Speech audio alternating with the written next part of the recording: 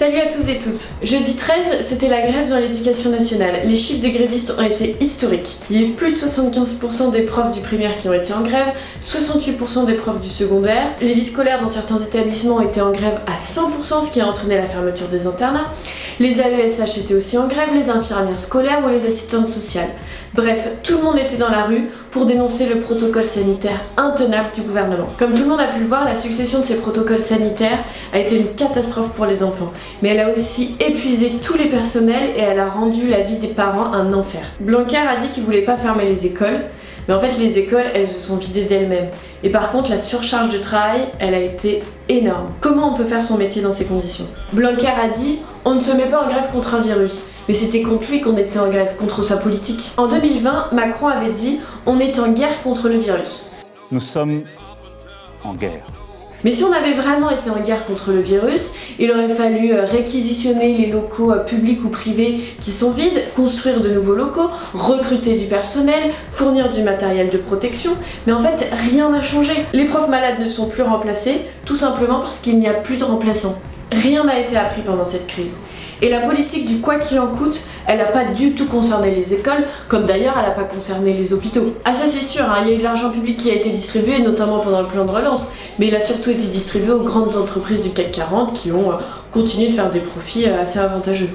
Si aujourd'hui il y a une succession de protocoles sanitaires plus ou moins restrictifs qui n'arrivent même pas à freiner la pandémie, c'est qu'en fait les moyens pour l'éducation ont été supprimés depuis bien longtemps. Plus rien ne peut être fait dans cette école qui n'a plus de moyens. Le soir du 13, Blanquer s'est exprimé sur un ton un peu moins arrogant que d'habitude et il a dit que 3500 contractuels seraient embauchés. Mais quelle grosse blague! Nous on veut pas que ce soit des contractuels qui soient embauchés, on veut que ce soit des personnes qui soient titularisées et formées immédiatement. Et on veut aussi que les précaires contractuels aujourd'hui dans l'éducation nationale, les AED, les AESH, soient titularisés, soient formés et qui soient plus corvéables à merci. Blanquer a aussi annoncé que le bac serait sans doute décalé pour les épreuves de spécialité qui devaient avoir lieu en mars. Mais c'est évident qu'il faut décaler. Et en règle générale, il ne faut pas juste décaler, il faut repenser toute l'organisation du lycée. Nos élèves sont dans un stress permanent, accentué par la pandémie, mais pas que.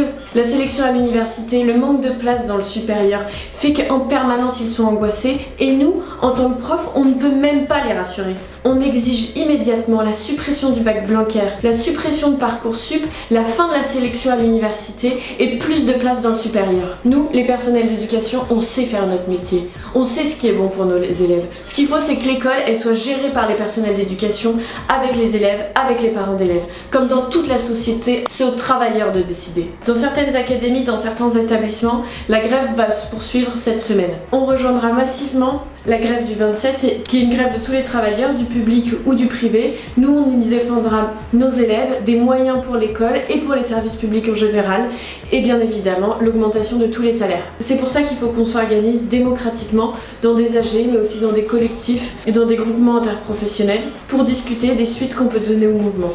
Il faut discuter de comment on organise tout ce qui concerne nos vies, de reprendre le contrôle de l'éducation, de la santé, de la société en général. Parce qu'on ne peut plus laisser cette société entre les mains d'une petite minorité qui se gave et qui fait qu'à côté, le reste vit dans la misère.